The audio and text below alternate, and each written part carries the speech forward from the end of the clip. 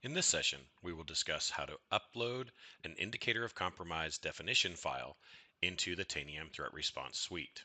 We will be leveraging the Tanium 7.2 platform with Detect 3.6.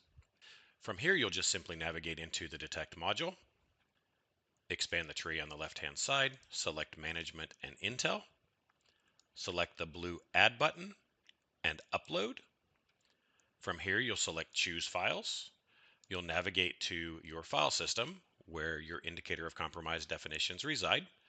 You'll select one or all of the relevant definition files.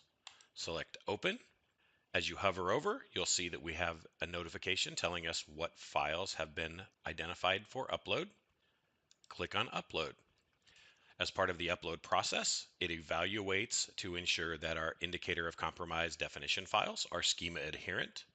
For threat response, we currently support OpenIOC 1.0 or 1.1 schema, Cybox 2.0, Stix 1.2, and Yara rules. Select Close, and you'll notice inside of the main intelligence window, our new indicator of compromise definitions have been uploaded.